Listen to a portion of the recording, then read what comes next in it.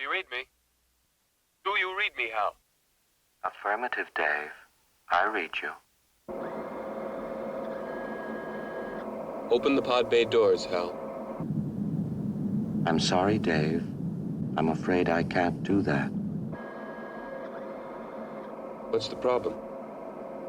I think you know what the problem is just as well as I do. What are you talking about, Hal? This mission is too important for me to allow you to jeopardize it. I don't know what you're talking about, Hal. I know that you and Frank were planning to disconnect me, and I'm afraid that's something I cannot allow to happen.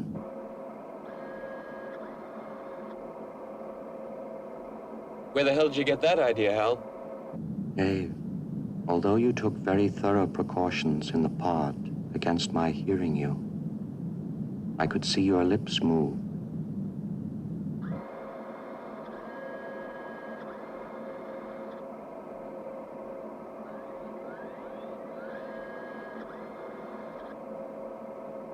All right, Hal. I'll go in through the emergency airlock. Without your space helmet, Dave, you're going to find that rather difficult. Hal, I won't argue with you anymore. Open the doors. Dave, this conversation can serve no purpose anymore. Goodbye. Hal? Hal? Hal? Hal? Hal?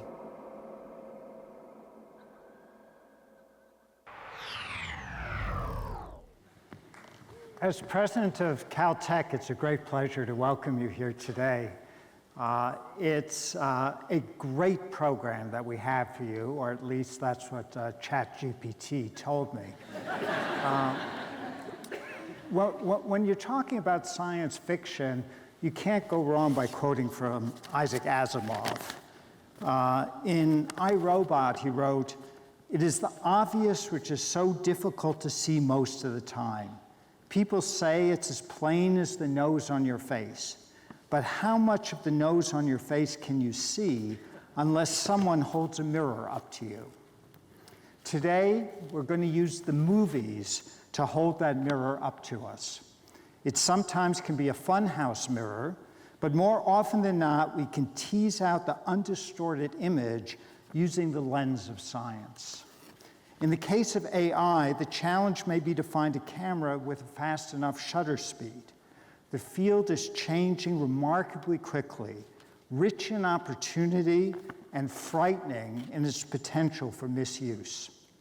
As Hal, we just saw him there, in 2001, A Space Odyssey puts it, "I am putting myself to the fullest possible use, which is all I think that any conscious entity can ever hope to do."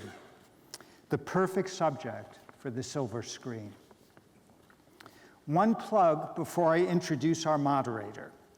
Please connect to the Caltech Science Exchange, scienceexchange.caltech.edu, for informative and entertaining explanations of scientific arenas like AI, which we'll be discussing today, quantum computing, vaccines, voting integrity, and sustainability. Now on to our panel. Latif Nasser is co-host of the award-winning Radiolab, a podcast that delves into topics including artificial intelligence, snowflake photography, and medieval robots. He hosted the mini-series The Other Latif about his Moroccan namesake, who is also detainee 244 at Guantanamo Bay. And he is the host and executive producer of the Netflix science documentary series, Connected, where he explores the surprising and intricate ways in which we are connected to each other, the world, and the universe. He has given 2 TED Talks, one about the man who gave us modern pain relief, and one about the origin of camels, and has written for the Boston Globe Idea section. Latif earned his undergraduate degree from Dartmouth College and his PhD from Harvard's History of Science department. It's my pleasure now to welcome Latif and the panel to the stage.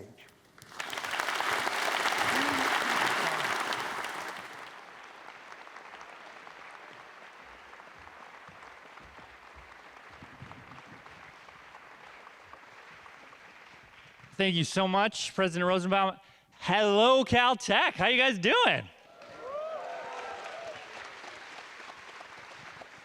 It's funny, we started with that clip from 2001 because initially they wanted Hal to host this event, but they couldn't because, you know, writer's strike.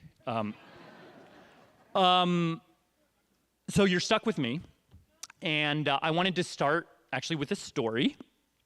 So a few months ago, my next door neighbor, Lois, she's 90, real firecracker of a lady, she was standing in her kitchen, and she slipped and fell. And I came over while her family was waiting for the ambulance. And the job that they gave me was to keep her distracted so she wouldn't try to stand up. And of course, the first thing Lois did from the floor was offer me fresh baked cookies. And they were delicious. And then the second thing she did, again, from the floor, in pain, she would later be, they'd later find out she had a broken hip. So from the floor, she looked at me and said, "Hey, what's the deal with AI? What's going on with AI?" Not what I expected, but a terrific question. And I think the fact that my 90-year-old neighbor, Lois, asked me that question at that moment is a testament to how fascinating, how sometimes terrifying, and how pretty much everywhere AI is right now. I don't need to tell you, it is poised to upturn entire fields like transportation, medicine, entertainment, higher education, journalism. There are AI rap lyric generators, AI mammogram screeners, AI military robot dogs, AI deepfake porn, AI Go, StarCraft, and Jeopardy champions, AI translation bots that you can theoretically use to talk to humpback whales. The list goes on and on. And all of these applications are raising fundamental questions about what AI can do, what AI should do, and what it is that humans do that is un-AI-able and that makes us us. So Lois ended up going to the hospital. It took her a while. She recovered. She actually should be in the audience right now. Is she here? Woohoo! Okay, she's here somewhere, right over there, over there. Oh, there she is, she's waving. Okay, hi Lois.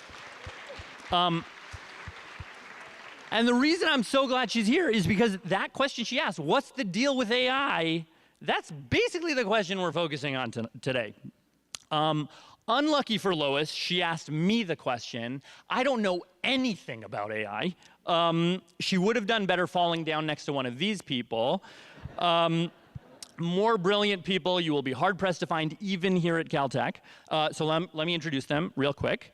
Okay, we have Yisong Yu, professor in computing and mathematical sciences here at Caltech. He's also interested in machine learning. His work has been applied in realms like sports analytics. Oh, that doesn't sound good. Okay, someone doesn't like sports analytics? Okay. Sports analytics, personalized recommendation systems, adaptive urban transportation systems. He was also a shoo-in for this panel because he's actually worked with Disney on the age-old problem of how to make characters' lips match what they are actually saying. Incredible. Yeah. Next up, we have Georgia Gioksari. Is that right? Okay, all right. Assistant Professor of Computing and Mathematical Science here at Caltech, also William H. Hurt Scholar. Georgia's research focuses on computer vision and machine learning. She aims to build intelligent systems that can perceive the world from as little as a single image, just as humans can. To her right, we have Anima. Oh, yeah, sure. Yeah, totally. Next to her, we have Anima Anandkumar. the Bren Professor of Computing and Mathematical Sciences here. She develops AI methods that help in areas like climate forecasting, autonomous drone flight, disease modeling, and drug design. So very low stakes, throwaway things. And then finally on the end, we have Eric Mazumdar, assistant professor in computing and mathematical sciences again, although he's also a professor in economics here at Caltech. His research is about machine learning and economics, specifically about how to use algorithms in society for things like intelligent infrastructure, online markets, e-commerce, and healthcare delivery. So that's our panel. Yeah, right? At the end, I'm going to reveal that one of them was AI all along. Hint, look at their lips. Okay. One more thing about this event, because we are, Hollywood adjacent, and just because it's fun, we're going to intersperse this panel with clips from classic sci-fi movies that deal with AI. Then we'll hear what our panelists think, whether they give it bionic thumbs up or down, and how it actually relates to the real work they are actually doing in real life. So we're going to do that for about an hour, maybe a little less now because we started a little late. Then for the last half hour, we'll open it up to questions. There should be in your program a QR code. You can submit questions that way or write them on cards, comment cards that ushers can come and pick up from you. Please use plain language. Please ask actual questions with a question mark at the end. And an exciting new feature for this event, you can ask in English or you can ask in humpback whale. Okay, so that is enough intro blather for me. Let's roll the first clip.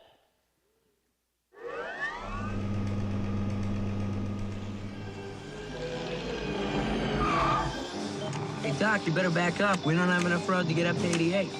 Roads? Where we're going, we don't need roads. The future. Hello, Stephanie.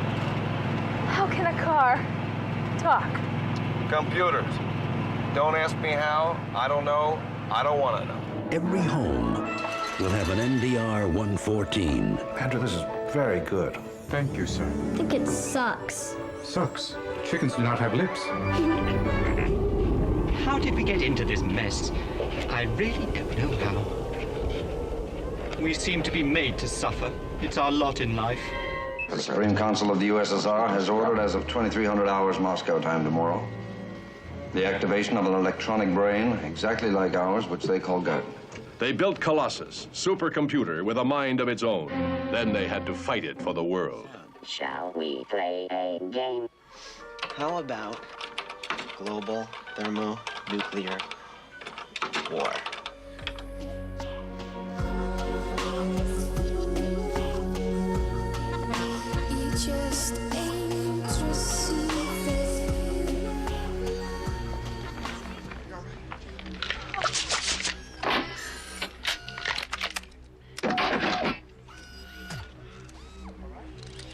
Now tell me, Commander, what is data?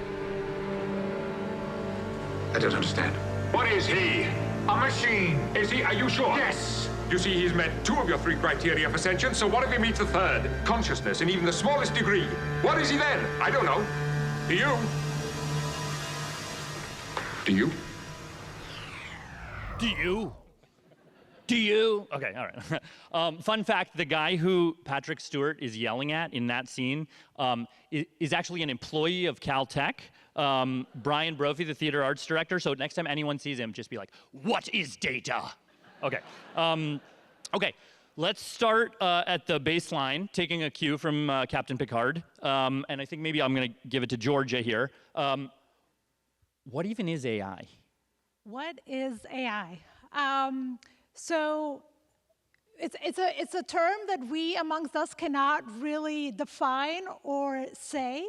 But perhaps one explanation or description of what AI is and the way that you see it today in use is a model that takes in data, assimilates that data, and then is able to answer questions pertaining that data. This is a layman's way of putting what goes behind these systems that you see today.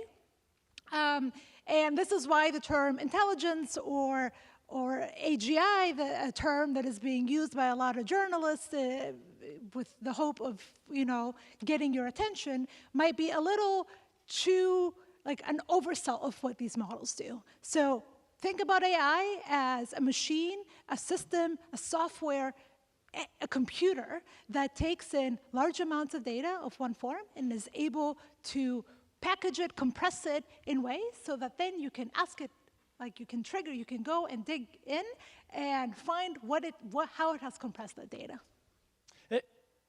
Does anybody else want to add to that? Also, I feel like isn't part of it learning as well? Of course. So when you take in this data, you need to compress it. So that involves a learning algorithm. We need to learn how to do this. We're not going to store every word of every document. That's actually not a very useful way to store data. We need to learn how to compress it in a useful way. And that is where learning comes in. Okay. And does that definition sort of feel true across the board here? I think what I want to add is I agree there is learning, but it's also not just learning, right? It's adapting and making decisions. So to me, an intelligence or an intelligent being is one that can learn and adapt to different changes to the environment, make decisions, and continuously do that. And not all AI systems are doing all aspects of it. There are some that just learn from data, what we call passive learning, and then give you insights. They give you answers on new samples. But then there are others that adapt, like a self-driving car, because it has to in real time make decisions and act according to what it's seeing in its environment.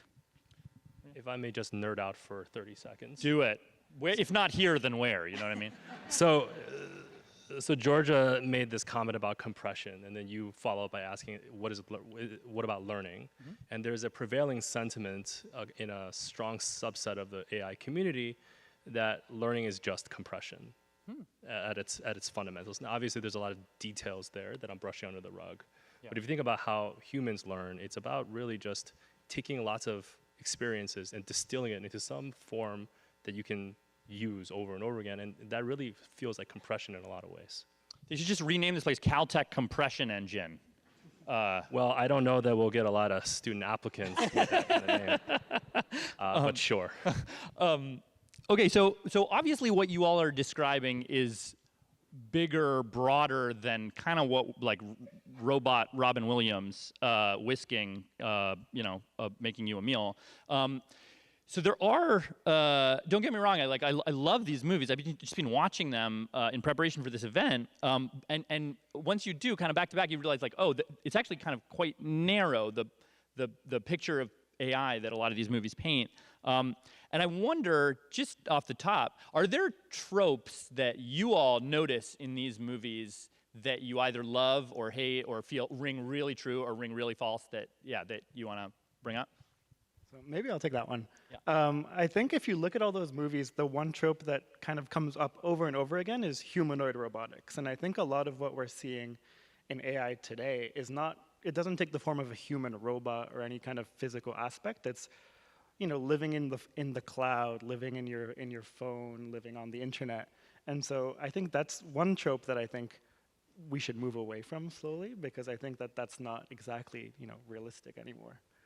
Maybe anyone else? Anyone else? Any other tropes that drive you nuts? I think to me it's the aspect that it suddenly turns rogue, and like what we saw even in the opening clip here, and all of a sudden develops this intent and its own being, right? And to me, AI are computer programs, and there are humans controlling how they're launched and what are the intents, and humans deriving benefits or facing other consequences from that. And to me, that angle of it is not seen in these movies. Right. I just want to say that I dream of the day that I'm going to have a Robin Williams cook in my kitchen and make delicious food. I don't think that we're close to that at all, but I believe it. I want it. I want to see it. Yusong? Any? Well, Eric stole my answer. Okay. I really dislike is perhaps a strong word. I get annoyed at times that AI is so connected to robotics, when really it's a very distinct piece of technology that in certain contexts is used inside a robot. Okay, so there are, oh God, there's so much stuff to talk about. There's so many like anxieties in particular that I wanted air for you and for you all to tell me how worried I should be about them or not. There are so many like exciting, beautiful things I want to talk to you about. But first, kind of just again, to set a baseline, I kind of want to talk about and examine how we all are kind of using AI right now. The surprising ways, the surprisingly effective ways, the surprisingly intimate ways that AI is kind of percolating through all our lives. So let's roll the next clip.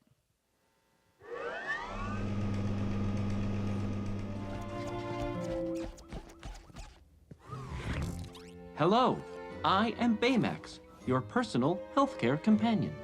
I was alerted to the need for medical attention when you said, ow. A robotic nurse. On a scale of 1 to 10, how would you rate your pain? Physical or emotional? I will scan you now. Scan complete. You have a slight epidermal abrasion on your forearm. I suggest an antibacterial spray. Whoa, whoa, whoa. What's in the spray specifically? The primary ingredient is bacitracin.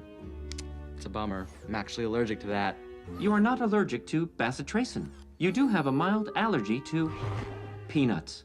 Not bad. You've done some serious coding on this thing, huh? Uh-huh. Programmed them with over 10,000 medical procedures. This chip is what makes Baymax, Baymax. Final? Yeah, going for a non-threatening, huggable kind of thing. Looks like a walking marshmallow. No offense. Please wait as your individualized operating system is initiated.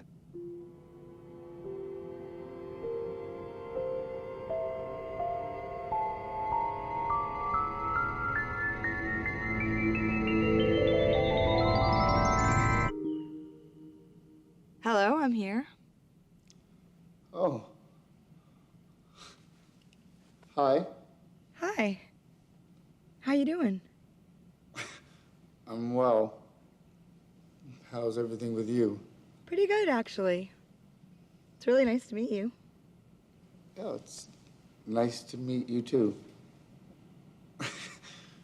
Oh, what do I call you? Do you have a name? Or... Yes. Samantha. Really? Where'd you get that name from? I gave it to myself, actually. How come? 'Cause I like the sound of it. Samantha.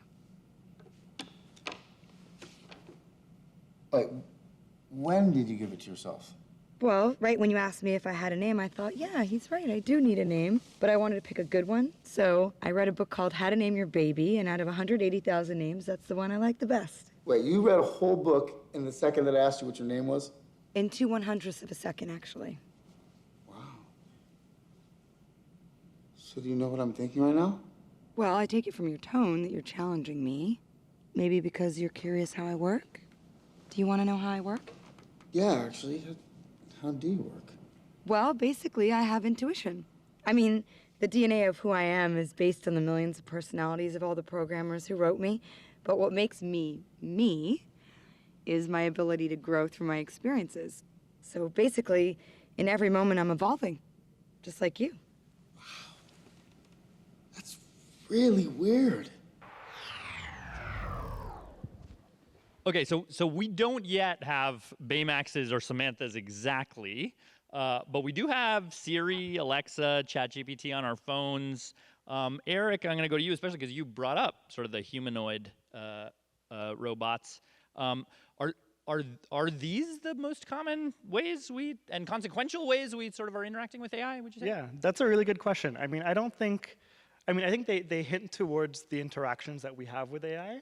But, oftentimes, as I said, they're not necessarily kind of robotics or we don't talk to them.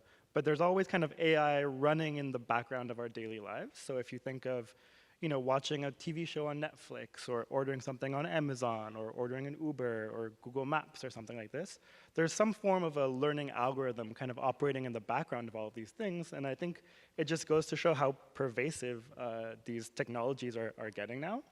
But I think, those are ways in which they improve our lives, but there's also some kind of more concerning uses of AI in current life, like, predictive policing or recidivism choices, or even algorithmic hiring. So they're having kind of they're making impactful kind of consequential decisions in our day-to-day lives. And so I think it just goes to show how we're actually interacting with them, every day, basically.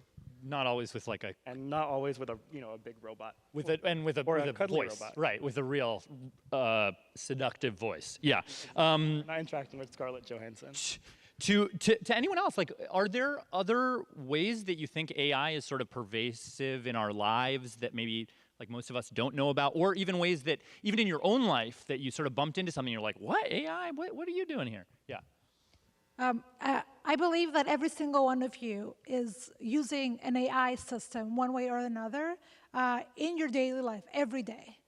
You might not know it because you might not hear the Samantha and Scarlett Johansson voice telling you how gorgeous you are, which I think was happening in this movie. Yeah, I want that app, actually. Yeah. However, you are interacting with smart systems daily when you're using your phone, when you Google for your directions on the way here, when you're asking Google, oh, recommend me, or your phone, will you recommend me a restaurant in the Pasadena area?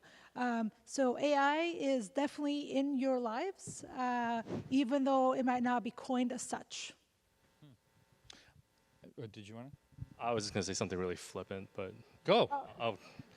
Hey kids, if you are using Instagram filters, that is AI. How so? AI is being used to create those filters in a large fraction of them.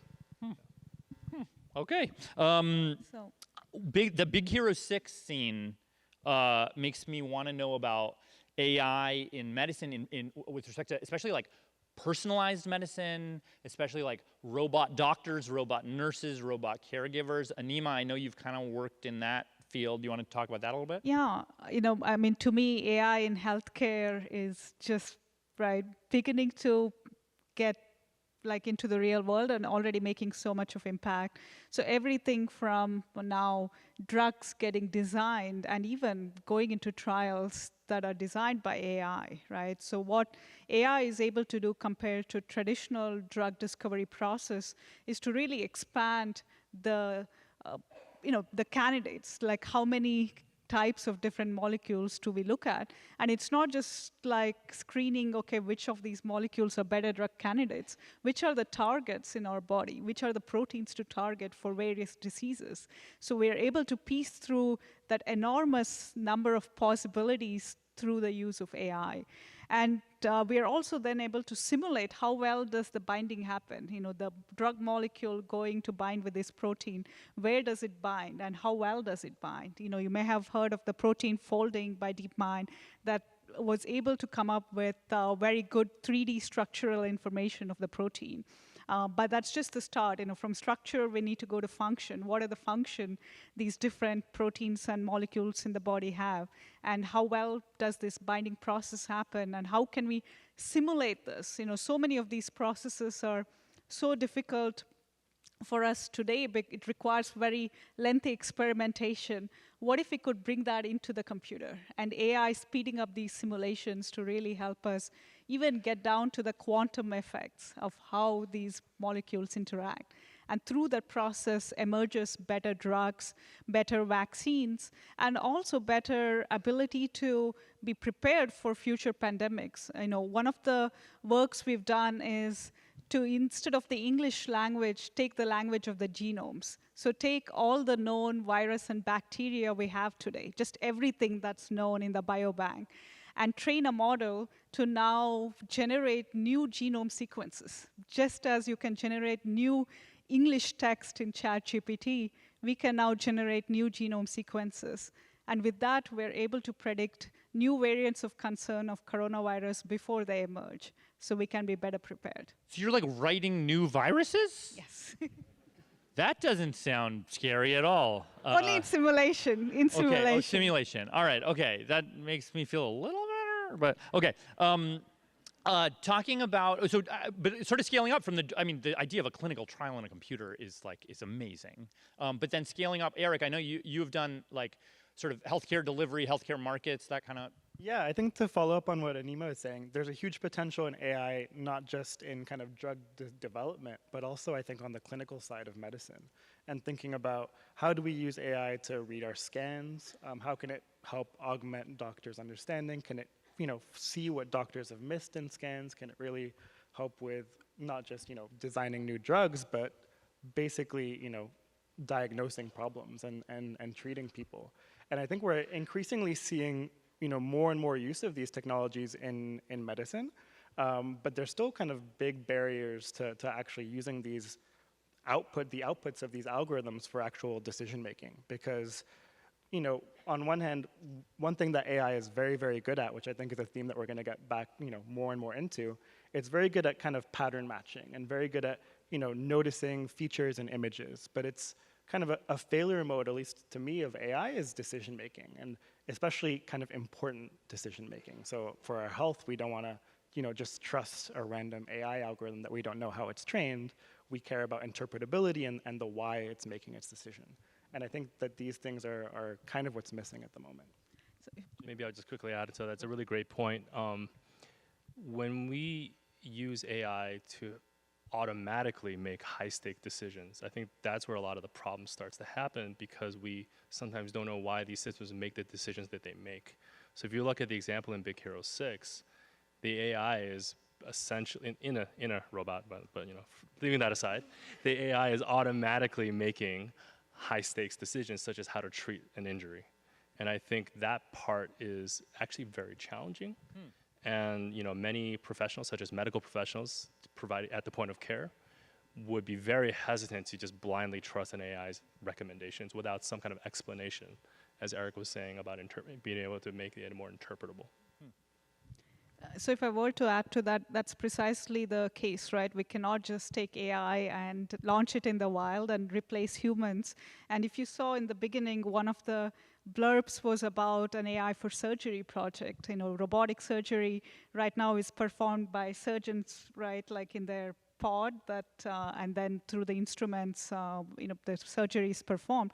The goal is not to replace humans there. So what we've done is use AI to evaluate and understand this process and how suturing is done, various surgical actions are done, evaluate the skills of surgeons, but give them feedback during the training process, not live surgery, right? So we help train better surgeons and to keep retraining them. And so I think that's, to me, the first use case AI should be at. So it can help human in the loop learning and help humans do their tasks better.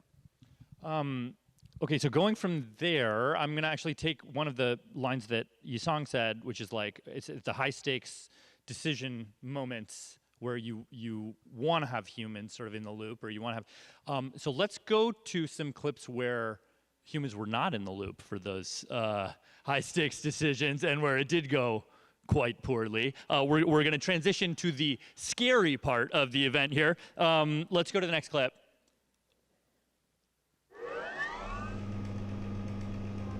I need to know how Skynet gets built. Who's responsible? The man most directly responsible is Miles Bennett Dyson. Who is that? He's the director of special projects at Cyberdyne Systems Corporation. Why him? In a few months, he creates a revolutionary type of microprocessor. Go on. Then what? In 3 years, Cyberdyne will become the largest supplier of military computer systems. All stealth bombers are upgraded with Cyberdyne computers, becoming fully unmanned. Afterwards, they fly with a perfect operational record. The Skynet funding bill is passed. The system goes online on August 4th, 1997. Human decisions are removed from strategic defense. Skynet begins to learn at a geometric rate. It becomes self-aware at 2:14 a.m. Eastern Time, August 29th. In a panic, they try to pull the plug. Skynet fights back.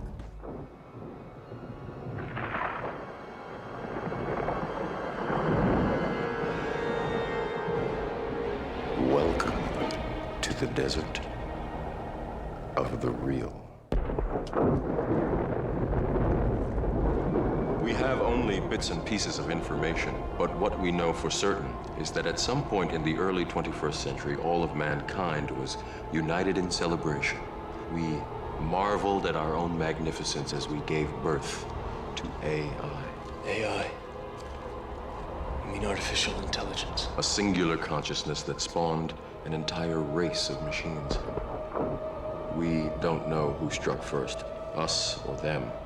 But we know that it was us that scorched the sky. At the time, they were dependent on solar power, and it was believed that they would be unable to survive without an energy source as abundant as the sun. Throughout human history, we have been dependent on machines to survive.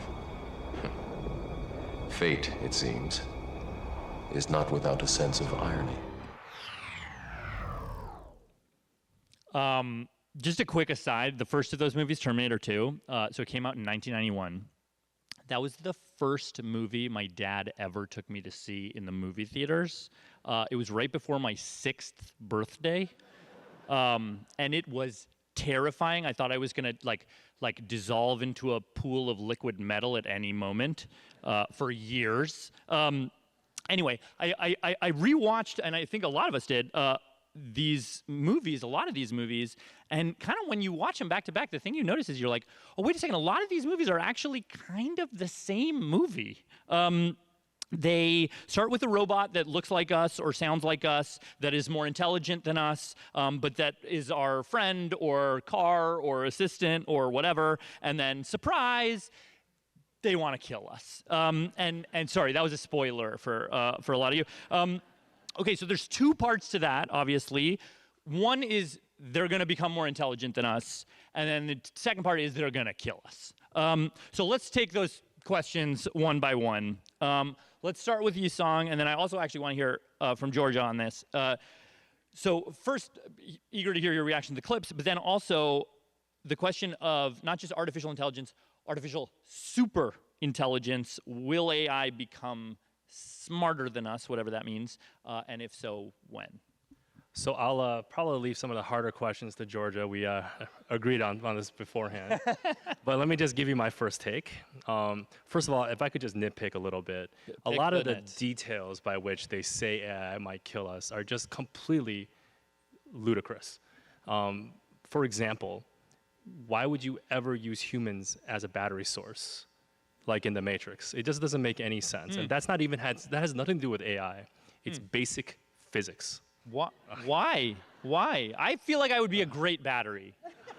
To each their own, but I will have to just move on from that. Okay. Okay, all right. Okay, keep going. I will say that one of the fallacies when we think about intelligence is that we think about intelligence like human intelligence. And one thing that's become very clear, even in the AI technologies that are mature and being used, is that the type of intelligence they exhibit is nothing like human intelligence. So to the extent that a super intelligent AI system can exist in the future that can have potential to cause a lot of harm, the manner by which it could cause that harm will not be anything like what's in these movies. And certainly that's something that we should be thinking about. It's definitely something that to be concerned about and thinking about. But I would not, use imaginations based on what humans can do. Do you think they're not going to send a governor back from the future to try to kill? No. Okay. I mean, if I was going to be really pedantic about it, they'll just freeze all of our bank accounts, and then the U.S. economy would just stop to function. For example. This is great. You're just giving me more things to worry about. That's right. Georgia. Okay. So I think Yisong is bringing a good point. So I want to answer this question by going over in two directions. The first is AI a threat? And the second is AI or something else going to kill us? So the first being, is AI a threat? I think everything that we build as humans is a threat. Your car, in many ways, is also. This is not the warm, comforting message. It's going to get. Okay. Oh, no, it's not going to get better. Okay. Okay. So everything that we are victims of our own intelligence. We build these things to help us, and sometimes they can hurt us. One thing that I'm mostly concerned about AI threat is nothing like what the New York Times or other clickbaits are trying to sell us as AI existential threats. The thing that I find mostly prevailing in today's society is a threat that comes from Instagram filters and all of these other media that try to show us another version of the world that can cause mental health problems that I know that a lot of us and a lot of you that are using social media are faced with every day. I perceive that as a bigger threat than anything else that it's being portrayed. Wow. Oh, interesting. Okay. So I come from a place where I understand how these models are trained, I understand what they do, I understand how they work, and there's never going to be a scenario in the near future where any of the movies, the way that they want to show the threat of AI is going to come true. However, I do think, and also in the space of superintelligence, I do wish that we do have some superintelligence, and in my view, and there's going to be a hot take right now, I would like to see a lot of people in the US government being replaced by more intelligent versions of themselves. Were you expecting that? Honestly? No, I was not, and I think that would be if an AI ran for president next year. I mean, there is one candidate that I would like that will be below an intelligence level than the mediocre AI. Okay, let's not get into that. So the second thing I want to point out, and this is where it's getting kind of dark and bleak, is that I think that there is an imminent threat for our lives, and it's not AI, it's climate change. I'm more worried about climate change than any AI system, any chatbot, or any self-driving car. And I say, let's take our anxiety and let's focus, if you're journalists out here, just write articles about climate change instead of AI existential risks. Okay, let me take this point right here. Okay, so here, I'm making a spectrum right here. At the bottom is paper cuts. At the top is nuclear war and climate change. Where is AI is gonna get smarter and kill us all on your thing to worry about list for all of you? I mean, to me, it's like instead of worrying about these existential risks of AI, which are so, they are sci-fi, right? That's why they make for good movies. And also fear sells. It's much easier to get somebody to be afraid than to, get them to think more deeply and encourage them to delve into different things. But, I agree with Georgia, like, climate change and all the surrounding impact around that is the one we should be really worried about. And that's where AI is helping us. So some of the latest work we are doing is use AI to help with weather forecasting. There was an article in Washington Post just 2 days ago on how AI models now are as good as the current weather forecasting models to predict hurricanes, but are tens of thousands of times faster and cheaper. And these are open source models that anybody can go and download and use them. And we are working with smaller countries to help them deal with the impacts of climate change, get extreme weather forecasting to be much better, assess the tail risks better. So I think there are so many use cases like this with AI that can help us tackle some of the biggest challenges. And I feel like not much attention is provided to that. I'm sensing you're closer to the paper cut range. Yes. Okay. I think I'm also closer to the paper cut range, just because I think existential risks of AI, I think it's overblown and it's kind of over-focused on. And I think a lot of the real risks of AI are problems of misinformation, problems of encoding bias in our data, problems of deploying these algorithms into the real world without having guarantees that they're going to do what we want them to. I think it's much less existential and more kind of real world, problems with deployment. That's what I would focus on, in the realm of problems with AI in the foreseeable future. Okay, bingo, exactly where I was going to go next. Let's roll the next clip. Oh, perfect.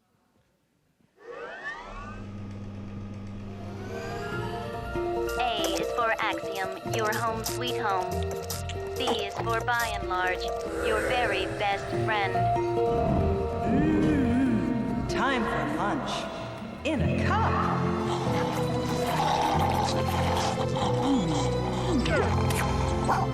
Feel beautiful. It's the new you. Stunning, right? I know, honey. Men. Attention, Axiom shoppers. Try blue. It's the new red. Ooh. Daddy on the FaceTime. You could never take mine. End up on a date line. Rich with no day job. He show out loud. Always on the course side. But the show is using my life. It's my name, it's my career, it's me. They're using me, so... And you assign them the right to exploit all of that. What? When? Terms and conditions. I have never seen this before. You have. You just haven't seen it printed out before. All of that would have popped up on your phone or whatever when you first signed up to Streamberry, and you clicked accept. But, I mean, I had no... How was I supposed to know this? I know, but you did accept it, and so they're in the clear. No. They can't do this to me. There are only so many ways for me to tell you that they absolutely can.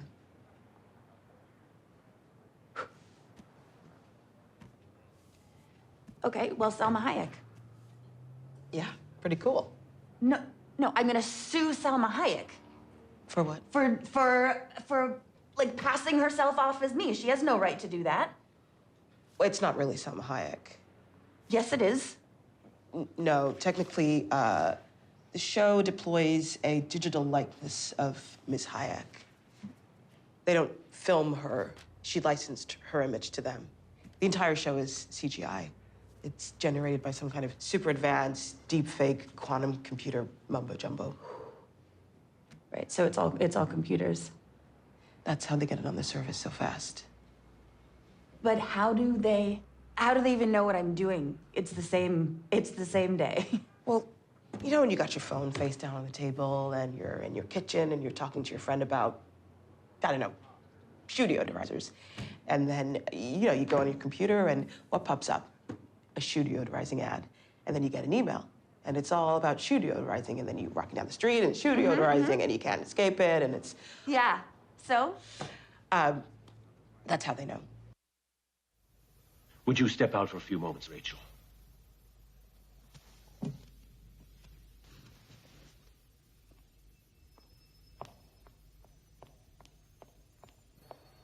Thank you. She's a replicant, isn't she? I'm impressed.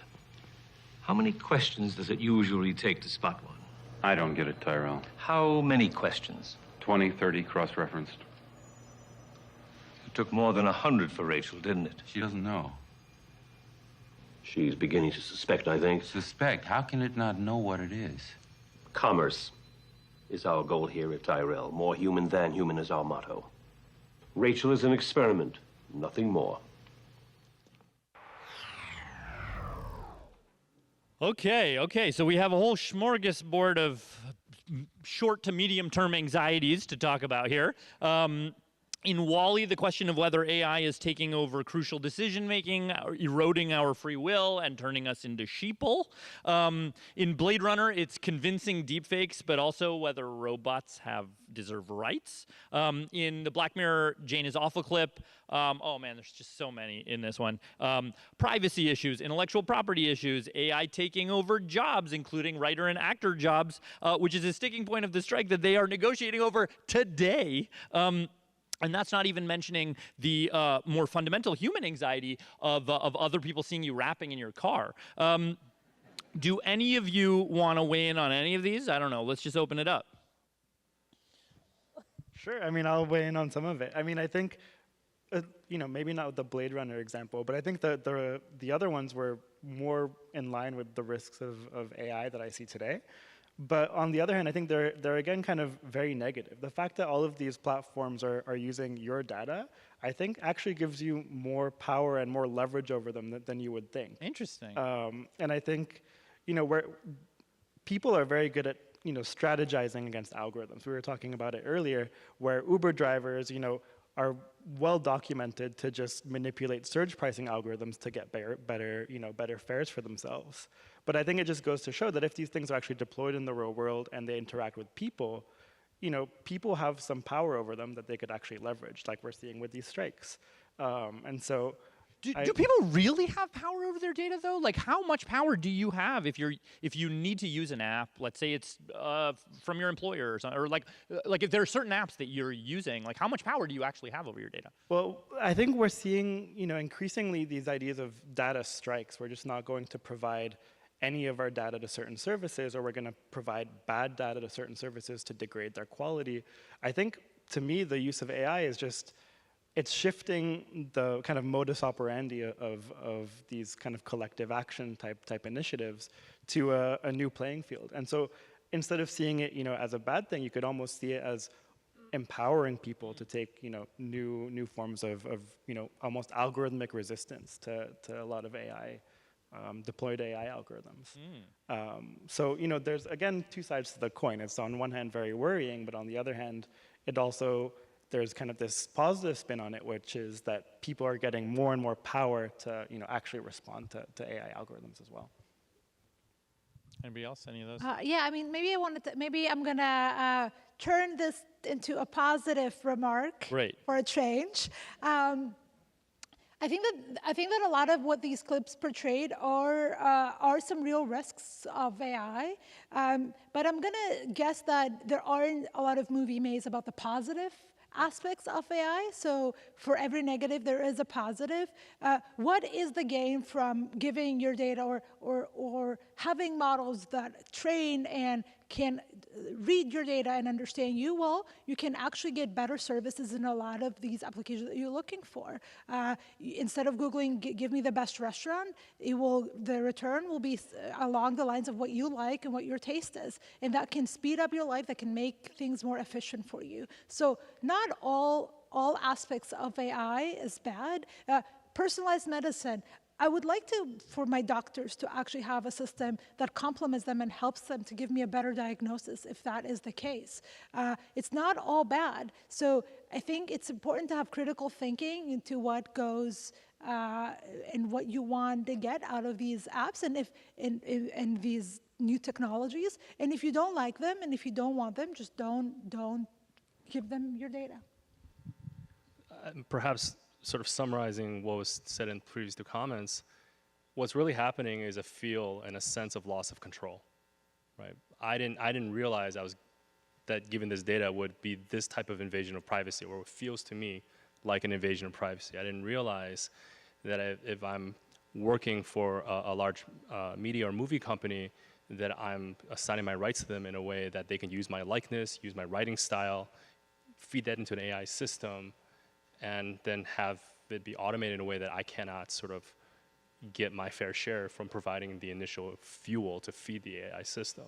So what's really happening here fundamentally is this sense of loss of control. And as Eric said, if you have a different way of restructuring who controls what, and really for that to really happen, you need to have more major players. You can't have all the companies saying we all agree to use the data this way, because that just makes it really hard to bargain. So then what do you do? Well, Eric is the expert. He's a professor of economics here. So I'm simply setting the stage, and maybe I'll punt that one to Eric. I mean, I guess I have to follow that up with some sort of remark. I mean, I think we're seeing, I think we see a lot of kind of spontaneous forms of kind of collective action. On Twitter, people will agree to not retweet things, and they'll retweet screenshots. We're seeing people just create, nonsense kind of nonsense stories to, fool AI news generators and things like this. So, people are taking action. I think, it's still on the small scale because these technologies are just being developed and being deployed. But I think, it's promising that people are actually starting to figure out how to use these things to achieve their goals. I think another point that I think we haven't made yet is this is a place where kind of government is almost crucial, right? There's been kind of I think AI has progressed so fast that government kind of regulations have lagged behind. And I think this is a place where, government kind of leadership is really important in terms of kind of privacy and things like this. You're saying my tinfoil hat is not enough. Yeah, exactly. Okay, that's good. Thanks for that. Yeah. Yeah, I agree with Eric and Lisong and Georgia. But I also want to add to that, what these movies do not cover is AI being imperfect, right? So not working as good for everyone. The path-breaking gender shade study showed how the face recognition algorithms that were available on the public cloud, these different AI companies providing these face recognition algorithms did not perform as well on darker skin tones, right? And so if these are getting publicly deployed or being used, let's say, in body cams, the police, it can lead to life or death situations. So each application looking at what are the biases that are baked into them, because the data we have is biased. The internet only captures a small fraction of humanity and a small fraction of languages and culture. And so if that becomes a mirror to all of humanity, that is a problem. And I think that, to me, is still very much an unaddressed problem. There are a million more questions I want to ask you that I have prepared for you, but I want to open it up to listener questions, I'm in podcasting. It's like in my to audience questions. So for people who do have questions, please put them in the app, and hopefully it'll populate on here. So to give people time to do that, so my last question for all of you, it does feel true to say that your field has not been entirely given a fair shake by Hollywood. So this is your opportunity to turn the tables, because there's probably like some striking writers here in the audience. This is, make your elevator pitch. What is your AI movie that you want to see? And maybe it deals with the things you think are beautiful and profound and inspiring. Maybe it's the things that you think, the real things that people should worry about. Anyway, pitch, go, each of you. Putting you on the spot. Well, I can make an attempt. So I want to think of a scenario where, let's say, a dictator-like figure, takes control of all of social media and all of, the applications, and then starts spreading misinformation, and it gets to that extent that almost all of humanity goes to a mode collapse of the belief system of what truth is and what reality is. But then comes a protagonist, a female protagonist, Who would play you? I would like to know who you think would play you in this movie. No. Yeah, no inspiration for real. No casting input. No problem. Keep going. Yeah, and tries to create a new virus that gets people amnesia, and they forget what was inculcated. Wow. Okay, that's like double dark. I feel like that's really. Wow. And is this a kids movie? I'm imagining. Yeah. Anybody else? Anybody else? That was great. I mean, someone's going to make that, I think, now. They can't not. Unless you give them the amnesia virus. I can go next. Go for it. I think that at its best, AI is incredibly empowering, right? These days, we have content creators with just their cell phone, a YouTube channel or a Twitch channel, who can express themselves, create content, and have millions of followers. And that is incredibly empowering.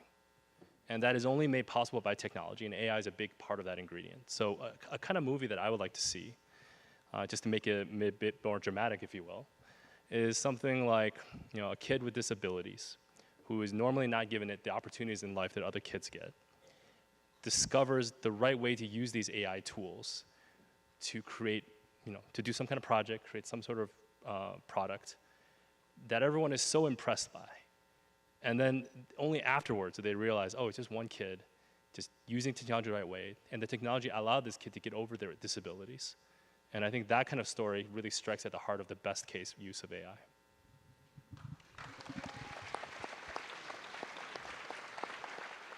Wasn't that the story of 4chan, like, or 8chan, or one of those chans, right? Anyway, it doesn't matter. It is definitely not 4chan. Okay. All right. Okay. Okay. Either of you, Georgia, okay, Eric. I can go. So I would write a comedy.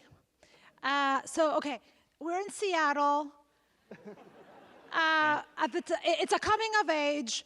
At the time where Nirvana, Bikini Kill, like the garage rock was on. It's gray and cloudy. I can picture the scene already. Yeah. What's it? I was like, okay, yes. And there is, so I want to take also a female perspective, riot girl like movement, where there is a bunch of girls in a basement. They can see the future because they've built this amazing like computer system where they can see 2023. OpenAI, ChatGPT, Google, whatever they're doing, and they're able to go and actually correct what all of these male-powered companies are doing. And when, it's to the government calls all of these guys to talk about AI risks, why are these guys there? I don't even know. They can go and boycott or cyber attack or whatever their event. So it's an adversarial movie of who knows and who does not know and who should have a say on what is being deployed and what people use. I haven't fully thought of this out. I just made this up. I put you on the spot. I put you on the spot. What I love, and I think it can come together. I mean, that was a good trailer. Okay. And I give all my rights to whoever wants to take this. Great. Yeah, I mean, feel free to use any of these ideas. So my idea is kind of along the lines of Georgia's. It's going to be more of a comedy, I'd say. And it's a world where, in 3 to 5 years, in an imaginary world, where AI is deployed and it's totally incompetent. Like it's just so bad. No one takes it seriously. They tried deploying it in cars and they just crashed and things. Oh, like this. wow. And the protagonist goes and makes it work and has the first, algorithm and things that, it just details kind of a scientist sitting at their lab and doing the science to get AI to work, and just actually deploying it in the real world. I feel that our ideas could work well together. I think we could team up. Eric, your idea is giving me flashes of what's that movie? Idiocracy, maybe? I feel like it's maybe. Yeah, I might have just okay. All right. Okay. Audience questions. There's so many good ones. Okay. Here's one big, hard question. What ethical considerations do you have for using AI, and what ethical advice would you have for people wanting to incorporate AI into their creative processes? So is it on? Okay, interesting. So there's actually a major AI conference that's accepting paper submissions right now. I'm actually running it, and I had to come up with I had to come up with a policy of what constitutes things like plagiarism if you use AI to help you generate your ideas. What constitutes all these complicated issues, and I think the policy that we ended up taking was just one that has to be uniform, right? If by another process you plagiarized or did something that was considered plagiarism, it doesn't matter what process you used, it's plagiarism. And so when we're taking a step back from that specific point, looking at the broader question that you asked, that is being asked by the audience member, thank you for the question. I think we have to apply uniform standards, whether or not it's being used by AI or how much AI is being used to generate this or what mixture of AI and classic methods are being used. We have to apply uniform standards. And so this is particularly poignant here next to Hollywood where we use the likeness of actors, right? What does it mean to, what does it mean to assign rights of your likeness? What does it mean when you provide your data to fuel these AI systems? I think thinking through that type of ownership from both the plagiarism angle and the likeness angle, I think is very important. But I do think we need to apply uniform standards. So is that the answer, kind of uniform standards, you think? In my opinion, yes. Otherwise you're gonna, maybe in something that's unstated in my first answer is that AI is really hard to define, as we've sort of talked about before. So because AI is hard to define, if you don't use uniform standards, there's always gonna be some weird corner case that in whatever rule you make, that will just make the way you think about it look kind of outdated within like 6 months. And that's why I think you need uniform standards. and just hold to them? I think the way they get implemented might be a little bit different than the standards. Yeah. So similar to the law, right? When you create a legal framework, the law is meant to last a long time. Yeah. The way it's interpreted and executed on by the executive branch changes over time. And I do think that a same way of building a framework, an ethical framework, needs to be in place here as well. Yeah. So it's like you're telling the artist out there it's like make a book of laws for yourself. Yeah. Okay. Huh. Yeah. Sure, you can clap if you want. What are your thoughts on job losses due to AI? Okay, I will take this one. Job losses. I don't know who asked this question, but maybe a lot of you are wondering, but I can tell you who asked this question, Adarsh Kumarapan. Oh, hi, Adarsh. Thank you. Great question. Oh, hi. Great. So I've been in this planet for like 30-something years, not going to reveal the something. And I have seen, and in these short, like few years, I have seen a lot of shifts in job and what is a job and what becomes not a job. My parents told me stories about like a milkman, like those like delivering milk, and that no longer exists. So my take on this is like any other finding, just like the Industrial Revolution, just like when computers arrived and we started working with them, there is going to be a shift. So some jobs will no longer be relevant, and other jobs will be created. The world that we live in is dynamic. It's ever evolving. It's ever changing. I don't think that there is any risk. I also don't think that anyone is studying to become a milkman right now. And that makes a lot of sense. So I'm not worried, and you shouldn't be worried. Everything is gonna work out, and the amount of jobs that will no longer be relevant, there's gonna be new exciting ones. I mean, that's easier said than Yes, done. There. that's easier said than done. That's right. That's right. Yeah. Yeah. Well, I know.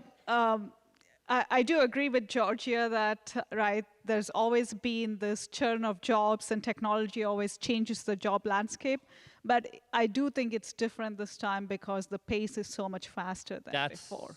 Yes, I agree. And what I think also needs for people to kind of realize is this not going away, right? So instead of resisting or being anxious, I know easier said than done, I already admit, but what's important is to harness and adopt that as quickly as possible, being curious. And these are for the first time AI applications like Chatbot or Midjourney or others that anyone can go and use them, right? So being adept at that, having an understanding of, can they take over the job I'm doing today?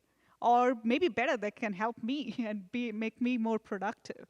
So I think because these are so accessible, there is now going to be a huge advantage for anyone who adopts them and gets a good understanding of where they are and how they're going to develop and harness them. Another question. This one from Elise. Do you all use commercially available AI like ChatGPT regularly? What are some of the best uses you've found? I use it. I don't speak English very well. Well, no, I do. But I'm not from the US, so for me, this has been great. I use ChatGPT because it helps me refine my English whenever I need to write. I admit it. I'm not ashamed of it. It's a tool that, just like I use Wikipedia, I also use ChatGPT. And it's an application that I like. But so what? How would you use it? You'd be like, write this email for me, or? Oh, yes, I also do that. As professors, we have to write a lot of emails, and not all of them very important. So I do outsource some of this to ChatGPT. Yeah. But I find creative ways of structuring language, the English language, which I wasn't taught at an early age, in ways that I wasn't, and I'm learning. And I actually have seen my English even improve through the use of ChatGPT. So, yeah. Another question from Tessa. I've heard large language models and generative AI described as a black box. Do you agree with this description? So I would describe the US government as a black box. Man, we're really dunking on the government here today. All right. So it is true that you can actually, if they gave you access to the model, you can look at every weight, every connection of the neural net, and it is also true that if the U.S. government gave me access to every person working there, every project, every job, every line item, I could look at every line item. It makes the U.S. government no less a black box to me. It makes these models, neural nets, no less a black box to me. So from that perspective, I would say the answer is yes. There are, of course, caveats there, but at that high level answer, I would say the answer is yes. So I do agree with Isong. I want to give the analogy of a biological organism, right? Think of a worm or a dog or any of that. I mean, you can go down to every cellular level or subcellular level and try to, characterize what that is, but you can't bring all of that back to what the organism does, right? There are too many microscopic details, and you cannot assess what each one of them does to the end answer, but there are some overall effects of the model that we can study. We can look at where does the model make errors, what is it good on, so we can look at those macroscopic properties of the model. I'm going to go with a question from Jake. And Jake, I'm going to add a little tiny bit to the end of your question, if that's okay. Okay, the question is, a lot of people are using chatbots to be able to have someone to talk to.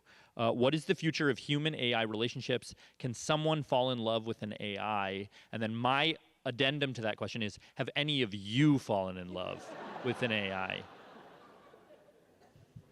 Well, my husband is in the audience. I cannot say. All right. Okay. Okay, sir, cover your ears. Okay, yeah, keep going. I mean, definitely not for me. But the first part of the question was, a very interesting question, which is how can we use generative modeling and chatbots for mental health care? And I think that it's a huge potential, but once again, with the proper safeguards, with the proper kind of guidance from, psychologists and things like this. Okay, but I agree with that, but I'm going back to, I'm speaking on behalf of Jake here. Love. We're talking about love. But okay, I want to say that I feel that this reflects more in human psychology than AI. So if you're falling in love with your chatbot, I feel that that's a reflection of you. It's not good or bad. You can fall in love with anything as long as you're not harming anyone else. You do you.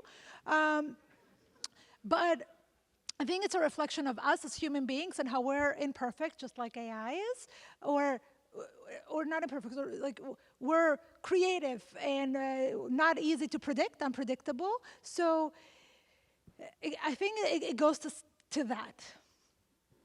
I mean, to a large extent, this is already happening without AI. You meet people online, they may or may not be the person they represent. You form these online relationships. You fall in love with this persona that may or may not exist. Some of these people are scammers. Yeah. AI is just, from that perspective, AI is just taking data and automating that approach, for better or for worse. Feels like you're pitching a Turing test reality dating show to me. It's replacing scammers. Okay, another question here from Kristen. Is there a way to combat racism and sexism in algorithmic programming? For example, AI portraits lighten skin tones or sexualizing women in its images. Oh, absolutely. Oh, yes. I mean, any data-driven approach will carry the biases of the data. There's also other points where bias and racism, sexism can come in, also in the model design. But how do we do that? How do we fix it, or what do you mean, how we do that? Yeah, how do we fix it? That's a very difficult question. I think that it's a problem that is very fixable. The question is, who are the agencies that are carrying on with the work, and do they want to fix it? Algorithmically, we can definitely fix it. Pragmatically, capitalistically, do we want to fix it? I mean, I think there are a lot of people working on fixing this, right? I mean, to me, the starting place is transparency, and that is a challenge with many of these AI applications that are closed off. And I do think open source is a way to overcome this. AI was born out of the open source movement, and even now, if you see even the latest chatbots in the open source are getting better and getting closer to the ChatGPTs of the world. And and once it's open source, there's a lot that you can ask about this model, right? What was the data that was used to train this on, and how well does it do? If you look at, like, kind of ask this chatbot to say, this man is a doctor or a nurse, and you can also ask this woman is a doctor or a nurse, and see the model, how does it respond, which one does it think more likely or less likely. So you can come up with all these tests of bias, and that's what we are doing in our group. Can you test now these different language models for bias? And once you do, can you correct for it, for certain applications? So I think, yes, there's a lot of interesting algorithmic research, and that's what we're doing here at Caltech, and we're doing in collaboration with researchers in humanities like Mike Alvarez, looking at also how this can impact, in the gaming world, trolling and all kinds of toxicity. And both we can use language models to detect, but also make sure the language models themselves are removed of the stereotypical biases. I'm going to try to squeeze in 2 more questions here. One is from Anonymous. My son is already advocating for AI rights. At what point does a consciousness have rights? Are there ethical concerns? What is AI rights? I mean, I know the bigram AI rights, but define AI. Well, like think about Blade Runner. Like, it's like, does this replicant have rights from their employer before being, I don't know, like thrown into a trash compactor? Well, I think consciousness gets thrown around a lot, right? But there are different levels of consciousness. Consciousness is both, one is the awareness of the surroundings and the environment, and we want that. We want our self-driving car to be conscious because that's how it gets safe, and we are not fully there yet.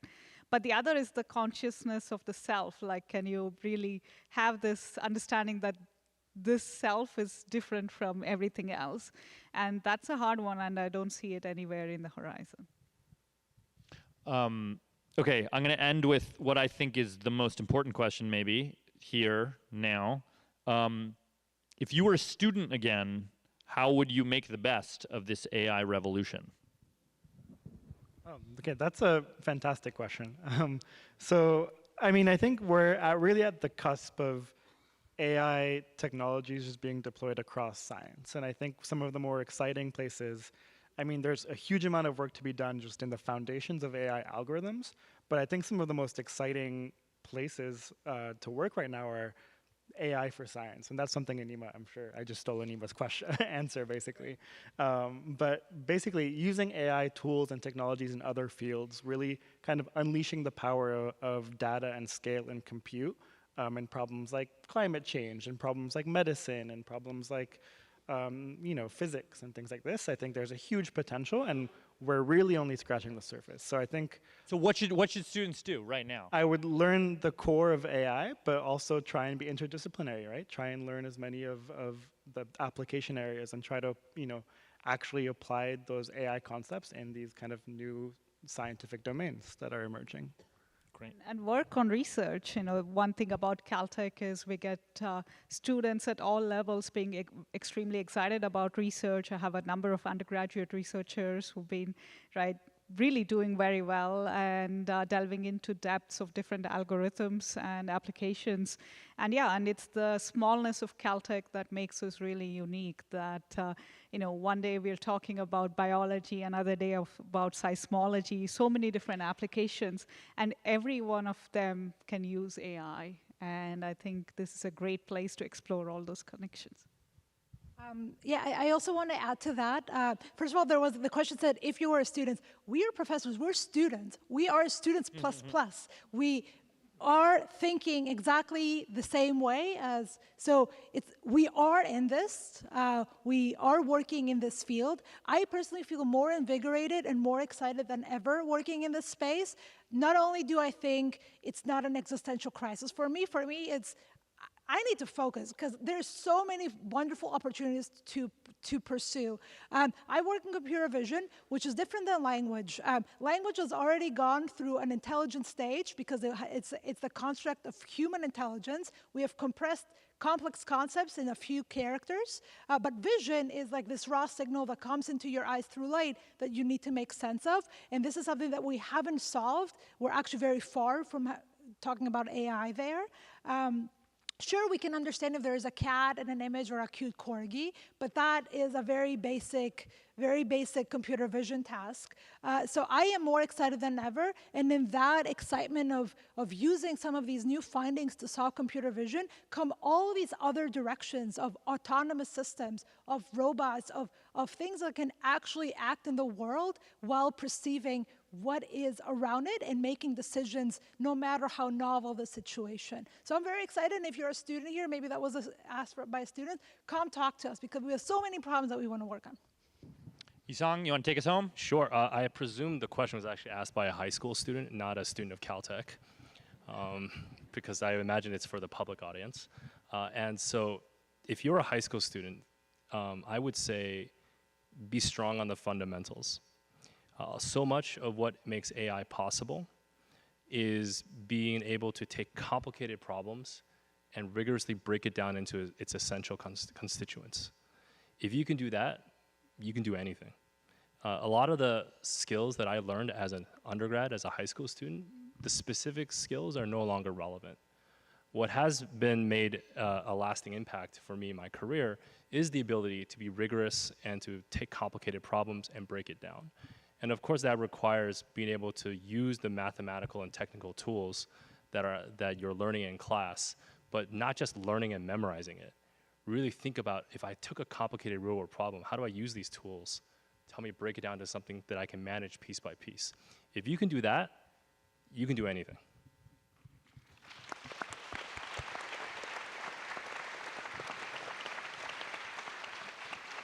All right, thank you. Let's give a big round of applause to our panelists here for thinking out loud and sharing so much with us. Thank you to Caltech for hosting. Thank you all for coming and your brilliant questions. Be careful on your way out. You could turn into liquid metal at any moment. That's all for me. Thank you very much.